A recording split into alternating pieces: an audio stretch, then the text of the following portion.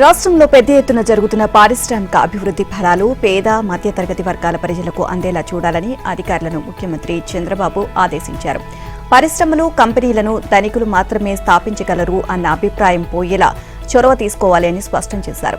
సామాన్యులు కూడా స్టార్టప్ కంపెనీలు ఏర్పాటు చేసేలా ప్రోత్సహించాలని, దీనికోసం రాష్ట్రంలో తగిన పారిశ్రామిక ఎకోసిస్టమ్ను రూపొందించాలని చెప్పారు. నిన్న వెలగపూడి సచివాలయంలో సీఎం చంద్రబాబు అధ్యక్షతన 18వ రాష్ట్ర స్థాయి పెట్టుబడుల ప్రోత్సాహక మండలి సమావేశం జరిగింది. ఈ సమావేశంలో 30,515 కోట్లతో 50 పెట్టుబడి ప్రతిపాదనలను ఆమోదించారు. వీటి ద్వారా 29,677 ఉద్యోగాలు రానున్నాయని కంపెనీలు తమ ప్రతిపాదనలో వెల్లడించాయి. పేద మధ్యతరగతి వర్గాలకు ఉద్యోగాలు కల్పించడమే కాకుండా సామాన్యులు కూడా కంపెనీలు స్థాపించే అవకాశం కల్పించేలా చర్యలు తీసుకోవాలి. స్టార్టప్ కంపెనీలకు పెద్ద ఎత్తున ప్రోత్సాహం ఇవ్వాలి అన్నారు. దీనికోసం ప్రభుత్వం ఏర్పాటు చేసిన రతన్ టాటా ఇన్నోవేషన్ హబ్ సేవలను సద్వినియోగం చేసుకునేలా చూడాలి అన్నారు. ఆర్టీఐహెచ్ పరిధిలో స్టార్టప్ కంపెనీలకు వెంచర్ క్యాపిటలిస్టుల నుంచి పెట్టుబడులు వచ్చేలా చూడాలని, ఈ విధానాన్ని విస్తృతంగా ప్రోత్సహించాలి అన్నారు. అనుబంధంగా ఎకోసిస్టమ్ ఏర్పాటుపై అధికారులు దృష్టి పెట్టాలని, పనులు ప్రారంభించని సంస్థలతో అధికారులు టచ్లో ఉంటూ ఫాలో అప్ చేసుకోవాలని సీఎం సూచించారు. ఇథానాల్ తయారీ విషయంలో ఏపీ ముందడుగు వేయాలని, వాహనాల ఇంధనంలో 40% ఇథానాల్ బ్లెండ్ చేసేందుకు కేంద్రం అంగీకరించింది అన్నారు. ఇథానాల్ తయారీ పరిశ్రమను ప్రోత్సహిస్తే రైతులకు ప్రయోజనం కలుగుతుందని, బయోఫ్యూయల్ రంగాన్ని మరింత ప్రోత్సహించాలి అన్నారు. సోలార్, విండ్, పంప్డ్ స్టోరేజీతో పాటు బ్యాటరీ ఎనర్జీ స్టోరేజ్ సిస్టమ్ టెక్నాలజీదే భవిష్యత్తు. లిథియం అయాన్ బ్యాటరీల ఉత్పత్తి, ఈవీలకు ఫాస్ట్ ఛార్జింగ్ బ్యాటరీలపై ప్రత్యేక దృష్టి పెట్టాలి అన్నారు. తల్లికి వందనం పథకం నిధులు అనాథ పిల్లలకు కూడా అందేలా చర్యలు చేపట్టాలని విద్యా మంత్రి లోకేష్ ఆదేశించారు. వారి సంరక్షకుల వివరాలు సేకరించాలని, ఎవరూ లేని పక్షంలో కలెక్టర్కు పంపి అక్కడి నుంచి పిల్లలకు చేరేలా చూడాలని సూచించారు. చదువు పూర్తయ్యాక ఆ డబ్బును వినియోగించుకునేలా ఒక విధానం రూపొందించాలి అన్నారు. అది వారి భవిష్యత్తుకు ఆర్థిక భరోసా ఇస్తుంది అన్నారు. ప్రైవేటు పాఠశాలల్లో నిర్ణయించిన ఫీజులను ఆయా పాఠశాలల బయట బోర్డులపై ప్రదర్శించేలా చర్యలు తీసుకోవాలని, అలాగే పబ్లిక్ డొమైన్లోనూ వాటిని అందుబాటులో ఉంచాలి అని నిర్దేశించారు. ఉండవల్లి నివాసంలో ఆయన విద్యాశాఖ అధికారులతో సమీక్ష నిర్వహించారు. ప్రభుత్వ జూనియర్ కాలేజీలో చదువుతున్న 2.03 లక్షల మంది విద్యార్థులకు విద్యార్థి మిత్ర కిట్లు అందిస్తున్నామని గుర్తు చేశారు. ప్రైవేటు పాఠశాలలకు అనుమతుల విషయంలో అనవసరమైన నిబంధనలు తొలగించాలని ఆదేశించారు. తెలుగు అకాడమీ ముద్రించే పాఠ్యపుస్తకాలను ఇక నుంచి అమెజాన్, ఫ్లిప్కార్ట్ లాంటి ఈ-కామర్స్ వేదికల ద్వారా విక్రయించాలి అన్నారు. చదువులో వెనుకబడిన కర్నూలు, అనంతపురం, మార్కాపురం, అల్లూరి సీతారామరాజు, పోలవరం జిల్లాలపై ప్రత్యేక శ్రద్ధ పెట్టాలని సూచించారు. ఇక రాష్ట్ర వ్యాప్తంగా విద్యార్థుల హాజరు 95% తగ్గకుండా చూడాలి అన్నారు. గణితం, సైన్స్, తెలుగు సబ్జెక్టుల్లోనే ఎక్కువ మంది విద్యార్థులు ఫెయిల్ అవుతున్నారని అధికారులు వివరించారు. ఎట్టి పరిస్థితుల్లో తెలుగును విస్మరించకూడదు అన్నారు. ప్రభుత్వ పాఠశాలలో మౌలిక సదుపాయాల మెరుగుదల కోసం కేంద్ర ప్రభుత్వం అమలు చేస్తున్న పీఎం శ్రీ పథకం నిధుల వినియోగంలో ఆంధ్రప్రదేశ్ నెంబర్ 1 స్థానంలో ఉంది అని లోకేష్ తెలియజేశారు. రాష్ట్రాన్ని అగ్రస్థానంలో నిలిపిన అధికారులను ఆయన అభినందించారు. అన్నదాత సుఖీభవ పీఎం కిసాన్ పథకం 2వ ఏడాది మొదటి విడత నిధులు, పీఎం కిసాన్ 23వ విడత నిధులను రేపు కేంద్ర రాష్ట్ర ప్రభుత్వాలు విడుదల చేయనున్నాయి. పీఎం కిసాన్ నిధులను పశ్చిమ బెంగాల్లోని హుగ్లీ జిల్లా తారకేశ్వర్లో ప్రధాని మోదీ విడుదల చేయనున్నారు. ఈ సందర్భంగా 20న దేశవ్యాప్తంగా పీఎం కిసాన్ ఉత్సవ్ దిన్ సగా నిర్వహించాలి అని కేంద్రం నిర్ణయించింది. అలాగే అన్నదాత సుఖీభవ నిధులను అదే రోజు పల్నాడు జిల్లా చిలుకలూరిపేట మండలం లింగంగుట్ల గ్రామంలో ముఖ్యమంత్రి చంద్రబాబు విడుదల చేసి లబ్ధిదారుల ఖాతాల్లో జమ చేయనున్నారు. రాష్ట్రంలో అన్నదాత సుఖీభవ పథకం కింద 2026-27లో మొదటి విడతగా ప్రతి లబ్ధిదారునికి 7,000 చొప్పున తమ జమ కానుంది. ఇక ఇందులో రాష్ట్ర ప్రభుత్వం 5,000, కేంద్రం 2,000 చెల్లించనున్నాయి. రాష్ట్రంలో 46,85,838 మంది రైతుల ఖాతాల్లో మొత్తం 3,125 కోట్లు జమ కానున్నాయి. ఇందులో పట్టాదారు రైతు కుటుంబాలు 45,69,817, ఇక అటవీ భూసాగు హక్కుదారులు 1,16,021 మంది ఉన్నారు. రాష్ట్ర వాటా కింద 2,342 కోట్లు, కేంద్ర వాటా 782.5 కోట్లు విడుదల కానున్నాయి. రాష్ట్రంలో పచ్చదనాన్ని 50% పెంచడమే లక్ష్యంగా గ్రీనింగ్ సొసైటీ ఏర్పాటు చేయాలని డిప్యూటీ సీఎం పవన్ కళ్యాణ్ అటవీశాఖ అధికారులను ఆదేశించారు. జూలై 3వ తేదీ నాటికి సొసైటీ ఏర్పాటు ప్రక్రియ పూర్తి కావాలి అన్నారు. రాష్ట్ర సచివాలయంలో అటవీశాఖ ఉన్నతాధికారులతో ఆయన సమీక్ష నిర్వహించారు. రాష్ట్రంలోని ప్రతి పంచాయతీలో ఒక నర్సరీ ఉండేలా చర్యలు తీసుకోవాలి. ఒకే పంచాయతీలో సాధ్యం కాకపోతే 3 నుంచి 4 పంచాయతీలను క్లస్టర్గా చేసి ఉమ్మడిగా ఒక నర్సరీని ఏర్పాటు చేయాలి అన్నారు. వీబీజీ రామ్జీ పథకానికి నర్సరీల పెంపకాన్ని కూడా అనుసంధానించారు. ఈ పథకం ద్వారా లభించే నిధులు, పని దినాలను సమర్థవంతంగా వినియోగించుకుని గ్రామీణ ప్రాంతాల్లో నర్సరీలను పెద్ద ఎత్తున అభివృద్ధి చేయాలి అని చెప్పారు. ఈ వర్షాకాలంలో రాష్ట్ర వ్యాప్తంగా అటవీ, ఖాళీ ప్రాంతాల్లో చల్లడానికి 2.6 కోట్ల సీడ్ బాల్స్ సిద్ధం చేసినట్లు అటవీ అధికారులు ఆయనకు తెలియజేశారు. విద్యార్థులు, యువత, స్వచ్ఛంద సంస్థల, స్థానిక ప్రజలను కలుపుకొని దీనిని ఒక ప్రజా ఉద్యమంగా ముందుకు తీసుకువెళ్లాలి అని పవన్ సూచించారు. అంతరిస్తున్న అరుదైన వృక్ష జాతులను రక్షించేందుకు అటవీ శాఖ తీసుకుంటున్న ప్రత్యేక చర్యలపై పవన్ హర్షం వ్యక్తం చేశారు. గత 2 ఏళ్లలో రాష్ట్ర వ్యాప్తంగా 4.5 లక్షల ఇళ్లను పూర్తి చేసి లబ్దిదారులకు అందజేశామని గృహ నిర్మాణ, సమాచార శాఖల మంత్రి కొలుసు పార్థసారథి చెప్పారు. మరో 4 లక్షల ఇళ్లు వివిధ దశల్లో ఉన్నాయని, వాటి నిర్మాణాలు వేగంగా కొనసాగుతున్నాయని తెలియజేశారు. అర్హత ఉన్న ప్రతి పేదవాడి సొంతింటి కలను సాకారం చేయాలి అనే లక్ష్యంతో ప్రభుత్వం ఉంది అని, గృహ నిర్మాణ రంగానికి అత్యంత ప్రాధాన్యమిస్తోంది అని పేర్కొన్నారు. రాష్ట్రంలో కూటమి ప్రభుత్వం ఏర్పాటై 2 ఏళ్లు పూర్తయిన సందర్భంగా మంత్రి పార్థసారథి సచివాలయంలో విలేకరులతో మాట్లాడారు. ఇక గతంలో వివిధ కారణాలతో నిలిచిపోయిన ఇళ్లను పూర్తి చేయడంతో పాటు కొత్తగా అర్హత ఉన్న ప్రతి పేద కుటుంబానికి గృహ సౌకర్యం కల్పించేందుకు ప్రభుత్వం సమగ్ర కార్యాచరణను అమలు చేస్తుంది అన్నారు. కొత్తగా PMAY 2.0 కింద రాష్ట్రానికి ఇప్పటి వరకు 87,000 ఇళ్లు మంజూరు కాగా వాటిలో ఇప్పటికే 12,000 గృహాల వరకు పూర్తయినట్లు వెల్లడించారు.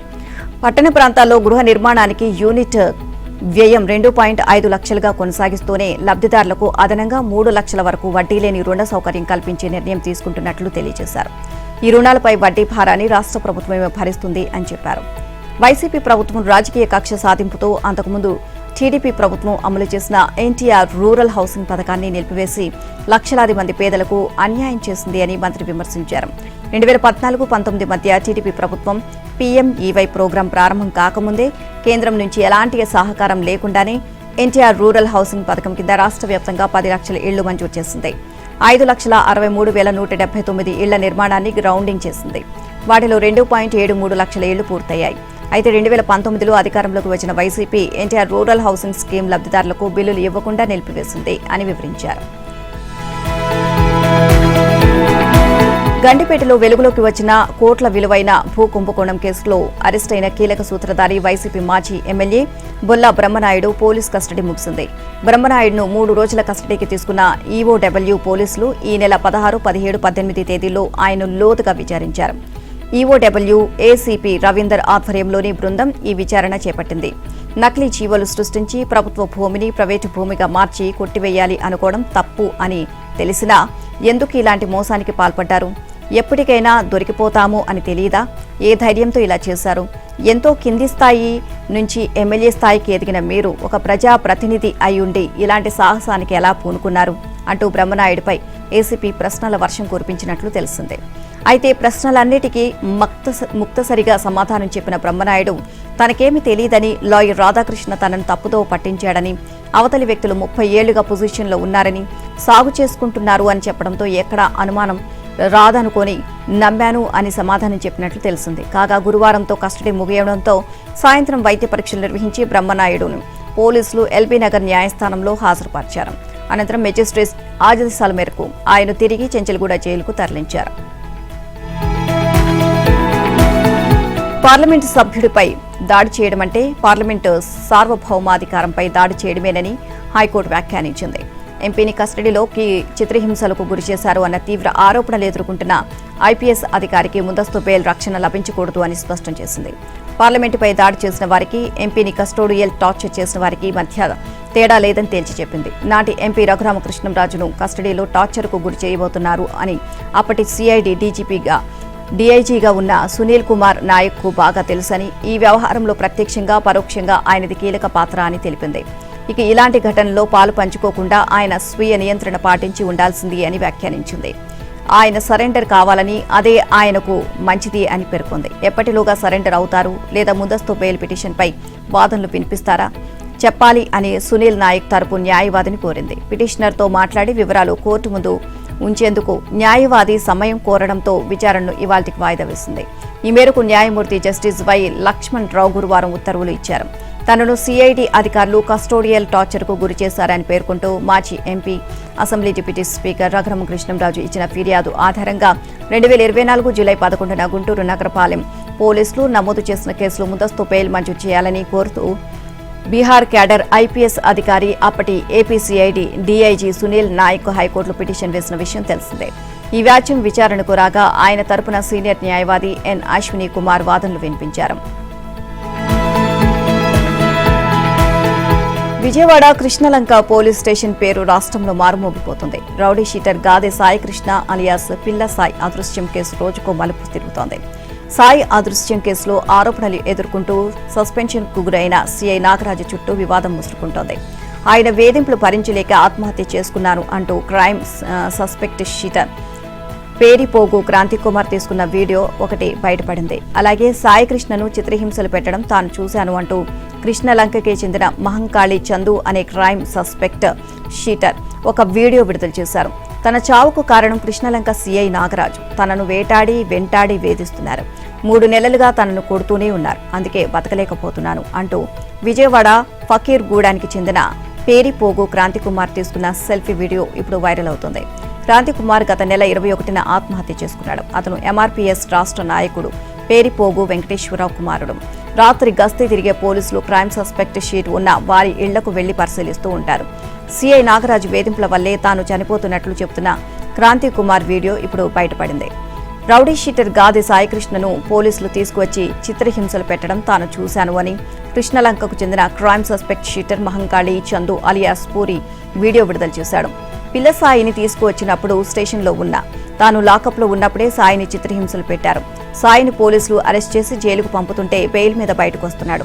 తాను క్రిమినల్నే, అయితే ఆ రోజు నన్ను స్టేషన్ నుంచి పంపించేశారు, ఎందుకో తెలీదు అంటూ చందు తన వీడియోలో పలు వివరాలు తెలియజేశాడు. ఆంధ్రప్రదేశ్ మద్యం రవాణా కాంట్రాక్టుల స్కామ్లో మాజీ మంత్రి కారుమూరి నాగేశ్వరరావు కుమారుడు సునీల్ కుమార్ను ఎన్ఫోర్స్మెంట్ డైరెక్టరేట్ ఈడీ అధికారులు అరెస్ట్ చేశారు. ఇదే కేసుకు సంబంధించి ఈ నెల 23వ తేదీన విచారణకు హాజరు కావాలని నాగేశ్వరరావుకు కూడా సమన్లు జారీ చేశారు. నిన్న సునీల్ కుమార్ను ఆయన ఇంటి నుంచి ఈడీ అధికారులు తొలుత తమ కార్యాలయానికి తీసుకువెళ్లారు. అక్కడ కొద్దిసేపు విచారించిన తర్వాత అరెస్ట్ చే విషయాన్ని ప్రకటించి వైద్య పరీక్షల నిమిత్తం ఆసుపత్రికి తరలించారు. వైద్య పరీక్షల తర్వాత సునీల్ను నాంపల్లిలోని ఈడీ కేసుల ప్రత్యేక న్యాయస్థానంలో హాజరుపరిచారు. ప్రత్యేక న్యాయాధికారి ఆయనకు ఈ నెల 25వ తేదీ వరకు రిమాండ్ విధించారు. తదుపరి వాయిదాలు ఇదే కేసులో ఇప్పటికే అరెస్టైన కీలక సూత్రధారులు నిందితులు రాజకస్ రెడ్డి, తొంతిరెడ్డి, వాసుదేవరెడ్డిలతో కలిపి సునీల్ కుమార్ను కూడా హాజరుపరచాలని తన ఆదేశాలు స్పష్టం చేశారు. ఈ నెల 11వ తేదీ నుండి ఈడీ అధికారులు ఈ కేసుకు సంబంధించి హైదరాబాద్లోని పలు ప్రాంతాల్లో సోదాలు నిర్వహించి ఏపీ ప్రభుత్వ ఐటీ సలహాదారు Rajkas Reddy, AP beverages corporation MD వాసుదేవరెడ్డిని అరెస్ట్ చేసిన సంగతి విదితమే. నాటి తనిఖీల్లో కారుమూరి ఇంట్లో 94 లక్షల ఖరీదైన వాచీలు, రవాణా కాంట్రాక్టులకు సంబంధించిన కీలక పత్రాలను స్వాధీనం చేసుకున్నారు. ఇంకోవైపు తన నాయనమ్మ చనిపోయారని తనకు 6 రోజులు మధ్యంతర బెయిల్ ఇవ్వాలి అంటూ వాసుదేవరెడ్డి దాఖలు చేసిన పిటిషన్పై ఈడీ కోర్టు గురువారం విచారణ జరిపింది. వాదనలు విన్న తర్వాత వ్యాజ్యాన్ని డిస్మిస్ చేస్తున్నట్లు ఈడీ కేసుల ప్రత్యేక న్యాయాధికారి ప్రకటించారు. మద్యం రవాణా స్కామ్లో ఏపీ సీఐడీ నమోదు చేసిన ఎఫ్ఐఆర్ ఆధారంగా దర్యాప్తు ప్రారంభించిన ఈడీ ప్రభుత్వ ఖజానాకు 195 కోట్ల నష్టం జరిగినట్లు గుర్తించింది. రాష్ట్ర బ్యావరేజెస్ కార్పొరేషన్ లిక్కర్ రవాణా టెండర్ నిబంధనలను ఉద్దేశపూర్వకంగా మార్చి Sigma supply chain solutions private limited, ఆ తర్వాత ప్రసాద్ ట్రాన్స్పోర్టుకు అనుకూలంగా రూపొందించినట్లు ఈడీ దర్యాప్తుల్లో తేలింది. బస్తీలు, కాలనీలు మునగడానికి కబ్జాలే కారణం. కబ్జాలు చేసేవారు ఎంతవారైనా ఈ ప్రభుత్వం వదలదు.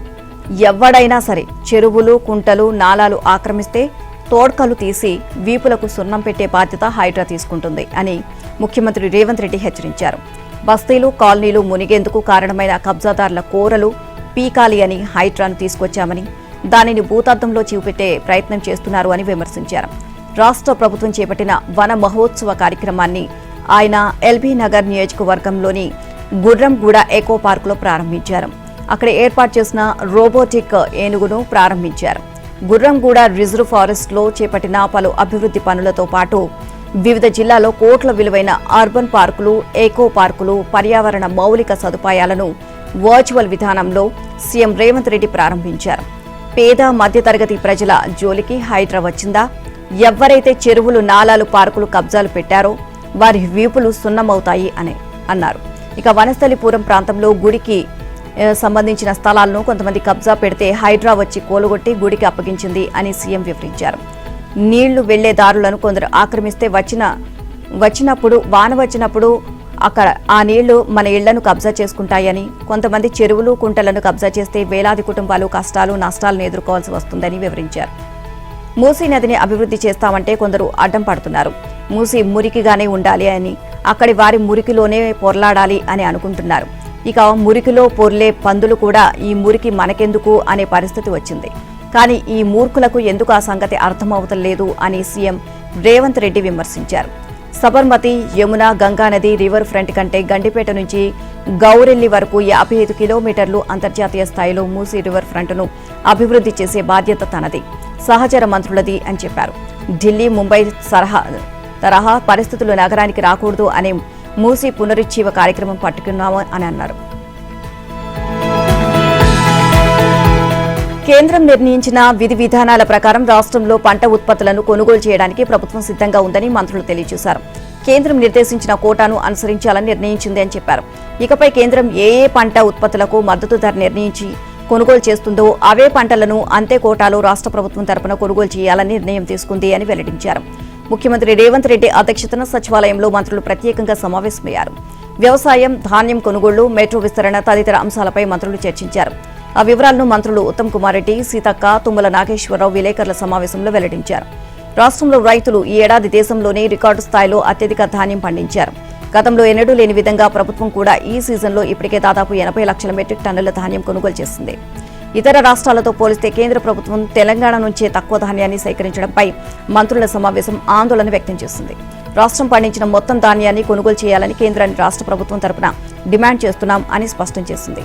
వానాకాలం సీజన్కు రాష్ట్రానికి కేటాయించిన ఎరువుల కోటాను వెంటనే విడుదల చేయాలని కేంద్రాన్ని కోరారు. రైతులు ఇబ్బంది పడకుండా ఎరువుల కోటాను విడుదల చేయాలని ఇప్పటికే పలుమార్లు కేంద్రానికి మంత్రి తుమ్మల నాగేశ్వరరావు లేఖలు రాశారని గుర్తు చేశారు. రామగుండం ఫర్టిలైజర్ కార్పొరేషన్ నుంచి ఉత్పత్తి అవుతున్న ఏరియాలో అత్యధిక కోటా తెలంగాణకే కేటాయించాలని ప్రభుత్వం తరపున డిమాండ్ చేస్తున్నామని అన్నారు. తెలంగాణ రాష్ట్రానికి కోటా మేరకు ఎరువుల సరఫరా పూర్తి స్థాయిలో పంట కొనుగోళ్లు, మెట్రో విస్తరణకు అనుమతుల కోసం కేంద్ర ప్రభుత్వంలో సంబంధిత శాఖల మంత్రులను కలిసేందుకు ఉత్తమ్ కుమార్ రెడ్డి, తుమ్మల నాగేశ్వరరావు, శ్రీధర్ బాబు తదితర మంత్రులు ఢిల్లీకి వెళ్లనున్నారు. ఆయా శాఖల మంత్రుల అపాయింట్మెంట్లు అడిగి అవి కుదరగానే ఢిల్లీకి వెళ్తారు. ఈ మేరకు సచివాలయంలో సీఎం రేవంత్ రెడ్డి అధ్యక్షతన జరిగిన మంత్రుల భేటీలో నిర్ణయించారు. కోటా మేరకు యూరియా సరఫరా చేయడమే కాకుండా మొత్తం ధాన్యం కొనుగోలు చేయాలని సంబంధిత కేంద్ర మంత్రులను కలిసి విజ్ఞప్తి చేసేందుకు వ్యవసాయ, పౌర సరఫరాల శాఖల మంత్రులు తుమ్మల నాగేశ్వరరావు, ఉత్తమ్ కుమార్ రెడ్డి ఢిల్లీకి వెళ్లాలని సీఎం రేవంత్ రెడ్డి సూచించారు. రబీ సీజన్ ప్రారంభమైన నేపథ్యంలో వారంలోపే కేంద్ర మంత్రులను కలవాలి అని నిర్ణయించారు. కాగా మెట్రో విస్తరణకు కేంద్రం అనుమతులపై సమావేశంలో సుదీర్ఘంగా చర్చించారు. అనుమతులు ఇవ్వకుండా పలువురు నేతలు, కేంద్ర మంత్రులు అడ్డుపడుతున్నారు అని చర్చించారు. ఇతర ప్రైవేటు బ్యాంకుల నుంచి రుణం తీసుకుందాము అంటే వడ్డీ రేటు ఎక్కువ అవుతుంది అని అభిప్రాయపడ్డారు.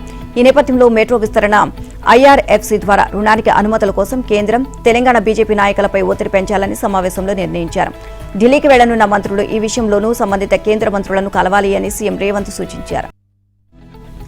రాష్ట్రంలోని మైనార్టీల సామాజిక, ఆర్థిక, విద్యాభివృద్ధికి తమ ప్రభుత్వం పూర్తిగా కట్టుబడి ఉందని ఉప ముఖ్యమంత్రి పట్టి విక్రమార్క స్పష్టం చేశారు. ఇందుకోసం బడ్జెట్లో భారీగా నిధులను కేటాయించామని, వాటికి సంబంధించిన అభివృద్ధి పనులను యుద్ధ ప్రాతిపదికన పూర్తి చేస్తున్నామని తెలియజేశారు. మైనార్టీల సంక్షేమంపై సచివాలయంలో ఆయన సమీక్ష నిర్వహించారు. దేశంలో ఎక్కడా లేని విధంగా రాష్ట్రంలో మైనార్టీ రెసిడెన్షియల్ పాఠశాలను అన్ని రకాల ఆధునిక హంగులు, వసతులతో నిర్మిస్తున్నామని తెలియజేశారు. మైనార్టీ యువతకు స్వయం ఉపాధి అవకాశాలు కల్పించడంలో భాగంగా వారికి రాజీవ్ యువ వికాసం పథకం ద్వారా ఆర్థిక సహాయాన్ని అందజేస్తాము అన్నారు. క్రిస్టియన్ మైనార్టీల సంక్షేమం కోసం ప్రత్యేకంగా 50 కోట్లు ఖర్చు చేయనున్నట్లు వెల్లడించారు. ముస్లిం జనాభా ఎక్కువగా ఉన్న జిల్లా, డివిజన్ కేంద్రాల్లో శ్మశాన వాటికలకు స్థలాలను కేటాయించాల్సిందిగా జిల్లా కలెక్టర్లకు ఆదేశాలు ఇస్తామన్నారు. ఉర్దూ అకాడమీ గోల్డెన్ జూబ్లీ ఉత్సవాల సందర్భంగా హైదరాబాద్తో పాటు అన్ని జిల్లా కేంద్రాల్లో ఉర్దూ సంస్కృతిని ప్రతిబింబించేలా ముషాయిరా, కవి సమ్మేళనాలను నిర్వహించనున్నట్లు భట్టి వెల్లడించారు. ఎన్నికల అధికారితో చర్చించి తెలంగాణ రాష్ట్ర రోడ్డు రవాణా సంస్థ ఆర్టీసీ గుర్తింపు సంఘాల ఎన్నికల ప్రక్రియను ప్రారంభించాలి అని అధికారులను మంత్రి పొన్నం ప్రభాకర్ ఆదేశించారు. ఆర్టీసీ సమ్మె సందర్భంగా ప్రభుత్వం ఇచ్చిన హామీ మేరకు ఆర్పీఎస్ 2021కి సంబంధించిన 11% ఫిట్మెంట్ ను జూలై 1 నుంచి అమలు చేస్తున్నట్లు మంత్రి ప్రకటించారు. సమయంలో ఆత్మహత్యకు పాల్పడ్డ ఉద్యోగి శంకర్ కుటుంబానికి ఉద్యోగుల నుంచి సేకరించిన నిధులతో త్వరలో 1 కోటి చెక్కు అందజేయడంతో పాటు కుటుంబంలో ఒకరికి ఉద్యోగం, ఇందిరమ్మ ఇళ్లు మంజూరు చేసే ప్రక్రియను పూర్తి చేయాలి అని అధికారులకు సూచించారు. కాంగ్రెస్ ప్రభుత్వం ఏర్పడి 30 నెలలు పూర్తయిన సందర్భంగా ఆర్టీసీ పురోగతి, భవిష్యత్తు కార్యాచరణపై పూనం సచివాలయంలో గురువారం ఉన్నత స్థాయి సమీక్ష నిర్వహించారు. ఎలక్ట్రిక్ బస్సుల విస్తరణపై దక్షిణాది రాష్ట్రాల రవాణా శాఖ మంత్రులు, ముఖ్య కార్యదర్శులు, కమిషనర్లు, ఆర్టీసీ ఎండీలతో ప్రత్యేక సమావేశం నిర్వహించేందుకు చర్యలు తీసుకోవాలని ఆదేశించారు. బీఆర్ఎస్ హయాంలో సింగరేణి కార్మికులకు అన్యాయం జరిగిందని తెలంగాణ రక్షణ సేన అధ్యక్షురాలు కల్వకుంట్ల కవిత అన్నారు. ప్లేరీ పీహెచ్డీల విషయంలో జరిగిన తప్పిదం వల్ల కార్మికులు 2 లక్షల నుంచి 3 లక్షల వరకు ఆర్థికంగా నష్టపోయారని తెలియజేశారు. ఈ విషయంలో కార్మిక వర్గానికి కవిత క్షమాపణలు తెలియజేశారు. బాయి బాట కార్యక్రమంలో భాగంగా పెద్దపల్లి జిల్లా రామగుండం ఏరియా 2లోని ఓసీపీ 3 ప్రాజెక్టులోని కార్మికులను కలిసి కవిత మాట్లాడారు. ఇక కరీంనగర్లోని నిర్వహించిన ఉద్యమకారుల రౌండ్ టేబుల్ సమావేశంలో కవిత పాల్గొన్నారు. ప్రభుత్వానికి చిత్తశుద్ది ఉంటే తెలంగాణ ఆవిర్భావ దినోత్సవం రోజున హైదరాబాద్ వచ్చి తెలంగాణ ఉద్యమాన్ని వేర్పాటువాదంతో పేల్చిన సినీ నటుడు పవన్ కళ్యాణ్ పై దేశద్రోహం కేసు నమోదు చేయాలని డిమాండ్ చేశారు. రేవంత్ రెడ్డి ముఖ్యమంత్రి అయిన తెల్లవారు నుంచే తెలంగాణ భావజాలంపై దాడి ప్రారంభమైందని ఆవేదన వ్యక్తం చేశారు. పవన్ కళ్యాణ్ వేర్పాటువాదం, దేశద్రోహం అంటే కేసు పెట్టారా? సినిమా వాళ్లకో న్యాయం, ఆంధ్ర వాళ్లకో న్యాయం, తెలంగాణ వాళ్లకో న్యాయమా అని ప్రశ్నించారు. ఇటీవల రాయదుర్గంలో ఎకరం 237 కోట్ల రికార్డు ధర పలికిన భూమి వేలం, భూమి అందజేత ప్రక్రియపై హైకోర్టు స్టే విధించింది. 3 వారాల పాటు ఎలాంటి చర్యలు తీసుకోరాదు అని రాష్ట్ర ప్రభుత్వం పారిశ్రామిక మౌలిక సదుపాయాల సంస్థలను ఆదేశించింది. వివరణ తెలియజేయాలి అంటూ వేలంలో భూమి దక్కించుకున్న గౌరా వెంచర్స్ కు నోటీసులు జారీ చేసింది. రంగారెడ్డి జిల్లా శేర్లింగంపల్లి మండలం రాయదుర్గం హైదరాబాద్ నాలెడ్జ్ సిటీలోని ఈ భూమిని ఉమ్మడి రాష్ట్రంలో తమకు కేటాయించారు అని, తమ పొజిషన్లో ఉన్న భూమిని వేలం వేయడం చెల్లదు అంటూ state bank of India, SBI హైకోర్టులో వేసిన పిటిషన్లపై గురువారం జస్టిస్ ఎన్వి శ్రవణ్ కుమార్ ధర్మాసనం విచారణ చేపట్టింది. రాష్ట్ర ప్రభుత్వం, టీజీఐఏసీ, ఎస్బీఐ న్యాయవాదుల మధ్య తీవ్ర వాదోపవాదాలు జరిగాయి. వాదనలు విన్న ధర్మాసనం ప్రభుత్వం, టీజీఐఐసీ న్యాయవాదులకు ప్రశ్నలు సంధించింది. భూములు అమ్ముకొని డబ్బు సంపాదించడమే ప్రభుత్వం ప్రధాన వృత్తా? భూములు కేటాయించేది ఉద్యోగాల సృష్టి కోసం కాదా? ప్రస్తుత భూమిని వేలం వేసిన ఉద్దేశం ఏంటి? ఎస్బీఐకి ప్రత్యామ్నాయంగా 7.5 ఎకరాలు కేటాయిస్తామని ప్రభుత్వం టీజీఐఏసీ చెప్తోంది. దీనికి ఎస్బీఐ అంగీకరించిందా? ఎస్బీఐ అంగీకరించినట్లు ఆధారాలు ఏమున్నాయి? భవన నిర్మాణాలకు ఎస్బీఐకి ప్రభుత్వ విభాగాలు ఎప్పుడు అనుమతులు ఇచ్చాయి అని ప్రశ్నించింది. ఒడిశా నుంచి తెలంగాణకు గంజాయి రవాణా చేస్తున్నారు అన్న పక్కా సమాచారంతో అంతర్రాష్ట్ర స్మగ్లర్ల ముఠాను ఈగల్ బృందం వెంటాడింది. ఒడిశాలో బలిమేల ప్రాంతం నుంచి స్మగ్లర్లు బొలెరో వాహనంలో గంజాయిని తరలిస్తున్నారు. ఈ క్రమంలో ఈగల్ బృందం అడవి మార్గంలో ఆ వాహనాన్ని వెంబడించింది. 80 కిలోమీటర్ల వరకు వెళ్లిన వాహన డ్రైవర్ పోలీసులు వెంటపడుతున్నారు అని గమనించి కోరాపుట్ జిల్లాలోని జైపూర్ వద్ద దట్టమైన అటవీ ప్రాంతంలో వాహనాన్ని ఆపగా డ్రైవర్తో పాటు స్మగ్లర్లు పారిపోయారు.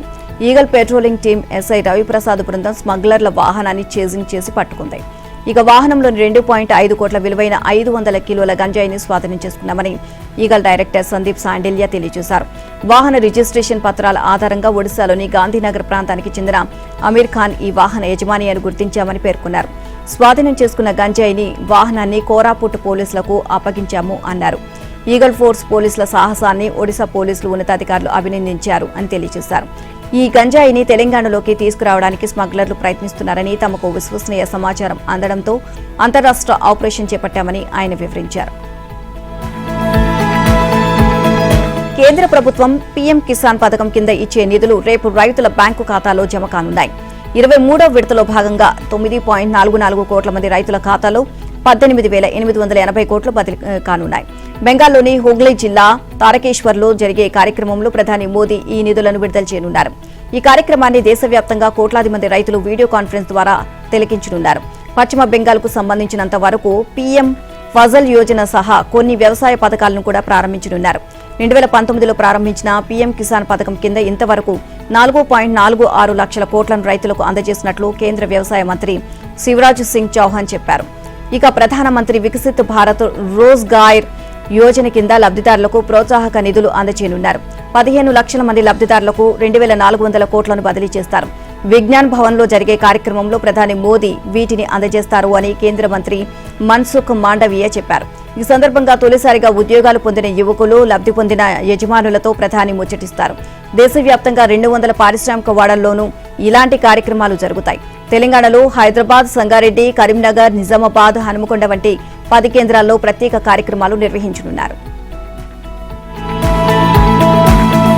రైతు బీమా పథకానికి సంబంధించి ఎల్ఐసికి చెల్లించాల్సిన ప్రీమియం పెండింగ్ ఉండడంతో బీమా క్లెయిమ్లు నిలిచిపోయాయి అనే అంశంపై ప్రభుత్వం స్పందించింది. ఎల్ఐసికి చెల్లించాల్సిన ప్రీమియం అంతా చెల్లించామని వ్యవసాయ మంత్రి తుమ్మల నాగేశ్వరరావు ఒక ప్రకటనలో స్పష్టం చేశారు. రైతు మరణిస్తే ఆ కుటుంబానికి ఆర్థిక భరోసా కల్పించే రైతు బీమా పథకాన్ని ప్రభుత్వం అత్యంత బాధ్యతతో అమలు చేస్తోంది అని తెలియజేశారు. కాంగ్రెస్ అధికారంలోకి వచ్చిన తరువాత 66,033 మంది రైతు కుటుంబాలకు రైతు బీమా పథకం ద్వారా లబ్ధి చేకూరింది అని వివరించారు. ఇక ఆయా కుటుంబాల నామినీల ఖాతాల్లో 3,301 కోట్లు జమ చేసినట్లు వెల్లడించారు. 2023 డిసెంబర్ నుంచి ఆ ఏడాది ముగిసే వరకు 20,090 కుటుంబాలకు 1,004 కోట్లు, 2024 సంవత్సరంలో 25,861 కుటుంబాలకు 1,293 కోట్లు బీమా సాయంగా అందించినట్లు తెలియజేశారు. 2025-26 సంవత్సరానికి రాష్ట్రంలో 42.16 లక్షల మంది రైతులు రైతు బీమా పథకంలో నమోదు చేసుకున్నారని, వీరందరికీ వర్తించేలా ఎల్ఐసికి చెల్లించాల్సిన వార్షిక ప్రీమియం 1,359 కోట్లు ప్రభుత్వం పూర్తిగా చెల్లించింది అన్నారు. దీంతో 2,087 కుటుంబాలకు 1,004 కోట్ల బీమా సాయం అందించినట్లు తెలియజేశారు. రైతు బీమా పథకాన్ని నిలిపివేసినట్లు బీఆర్ఎస్ నాయకులు చేస్తున్న ప్రచారం అవాస్తవమని, రైతు సంక్షేమం విషయంలో కాంగ్రెస్ ప్రభుత్వం రాజీ పడదు అని స్పష్టం చేశారు. బీజేపీ జాతీయ అధ్యక్షుడు నితిన్ నబీన్ రాష్ట్ర పర్యటన ఈ నెలాఖరులో కొనసాగనుంది. ఢిల్లీ వెళ్లిన పార్టీ రాష్ట్ర అధ్యక్షుడు రామచంద్రరావు ఆయనతో భేటీ అయ్యారు. ఈ సందర్భంగా రాష్ట్రంలో పార్టీ సంస్థాగత బలోపేతం, తాజా రాజకీయ పరిణామాలను రామచంద్రరావు నితిన్ కు వివరించారు.